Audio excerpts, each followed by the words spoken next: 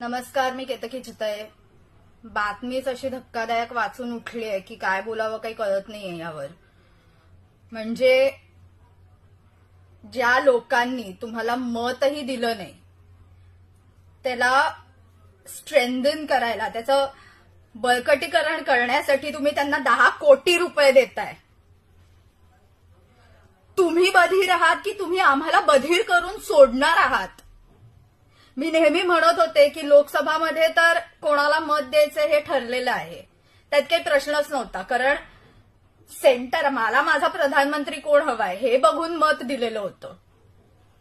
पण विधानसभेत कोणता झेंडा घेऊ हाती हा प्रश्न पडणार आहे हे मी आधी पूर्वीपासून बोलत होते, सुरुवातीपासून हे मी बोलत होते. पण आता तर तुम्ही माझं मत अगदी ठाम करूनच सोडलेलं आहे. राष्ट्रामध्ये जिथे तिथे मोर्चे निघतायत की वक्फ बोर्डला खारिज करा, वक्फ बोर्डला खारिज करा, आणि तुम्ही वक्फ बोर्डला 10 कोटी रुपये सँक्शन करताय. आधीच 3 बिघाडी गव्हर्नमेंट आहे तुमचं. ठरवलंय काय की तुम्हाला तुमच्या बाजूनं हिंदूही नकोय हेही ठरवलंय का तुम्ही? म्हणणं काय तुमचं की एक परत स्वतःच्या काकांकडे जाणार आहे आणि म्हणणार आहे काका काका माझं चुकलं, मला माफ कर, मला परत घे. दुसरी व्यक्ती काय करतेय, 3 चाकी सायकल चालवता येत नाहीये, डोक्यात हवा गेलेली आहे म्हणून परत मी माझे 3 चाकी रिक्षा चालवायला निघतो असं म्हणणार आहे. आणि तिसऱ्याचं तर काय, रेझिग्नेशन ऍक्सेप्टच केलं जात नाहीये. माझा राजीनामा घ्या, माझा राजीनामा घ्या हे ऍक्सेप्ट केलं जात नाहीये. म्हणून ह्या पद्धतीने तुम्ही राजीनामा सोडा. तुम्ही दरिद्रीपणा करणार आहात का? तुमचं म्हणणं काय आहे की बघा 10वीतला मुलगा जसा म्हणतो मी आता फेलच होऊन दाखवीन, तसं तुम्ही किती संख्यानं तुमची मतं तुम्ही कमी करणार आहात हे डिसाईड केलंय का? हा तुमचा गोल आहे का विधानसभेसाठी? म्हणणं काय आहे तुमचं नेमकं? स्पष्ट क्लिअर कट सांगून टाका. हे काय आहे वक्फ बोर्डला आम्ही अपील करण्यासाठी, त्यांच्या बळकटीकरण करण्यासाठी आम्ही पैसा देतोय म्हणजे काय आहे? वक्फ बोर्ड उद्या हिंदूंची आतापर्यंत इतकी जमीन ऑलरेडी खाऊन बसलेलं आहे. बरं, वक्फ बोर्ड तुमच्या घरी उद्या आला, म्हणाला की हे मी जे बघतायत त्यांना सांगतेय की आपल्याकडे आला वक्फ बोर्ड मधली माणसं आणि म्हणाली की ही जमीन आमची आहे तुमची नाहीये, तर आपण बोंबा मारत रस्त्यावरती फिरू. कारण वक्फ बोर्डचा डिसिजन हा हायकोर्ट किंवा सुप्रीम कोर्टमध्ये चालत नाही. धन्य हो त्या बॅकसीट ड्रायव्हर मातेचं व सोनियाजी गांधींचं, ज्यांनी वक्फ बोर्डला ही परमिशन दिलेली आहे की जे काय घडेल ते वक्फ बोर्डच्या म्हणजे त्यांची जी काय समिती आहे तिकडेच रिझल्ट आणि तिकडेच आर्ग्युमेंट ऐकली जाईल.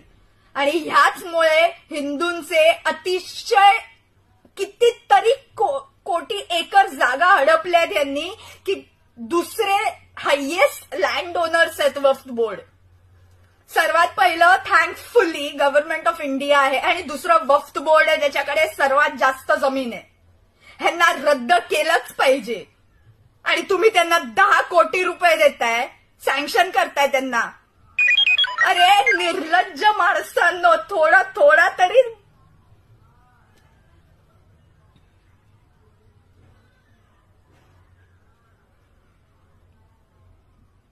संघाला तोडलत, सनातनींना तोडताय. नोटाला आयुष्यभर मी शिव्या घालत आलेले आहे की नोटा एवढा भिकारीपणा ह्या जगात नसेल. पण थँक्यू 3 तिघाडी सरकार, तुमच्यामुळे विधानसभेत नक्की नोटाचं बटन दाबेन. असंच जर चालत राहिलं ना तर बंगालसारखी परिस्थिती महाराष्ट्रात यायला फार वेळ लागणार नाहीये. तिकडे दीदी बोलावतेच आहे बांगलादेशींना, इकडे तुम्ही रोहिंग्यांना जागा द्याल. ऑलरेडी मानखुर्द अख्खं बांगलादेशी मुसलमानांनी भरलेलं आहेच, तुम्ही रोहिंग्यांनाही आणून आमच्या डोक्यावर बसवा. आता सगळीकडे देऊनच टाका ना, मुसलमान राष्ट्र म्हणून डिक्लेअर करूनच टाका ना एकदाचं.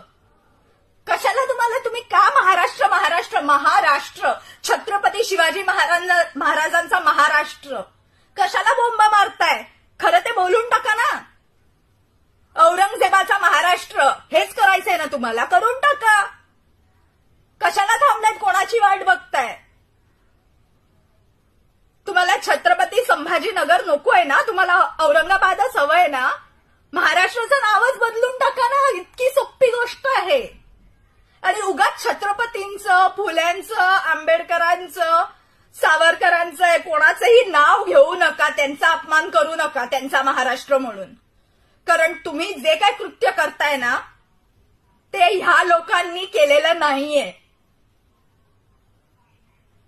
त्यांची नावं तोंडातूनही काढू नका यापुढे.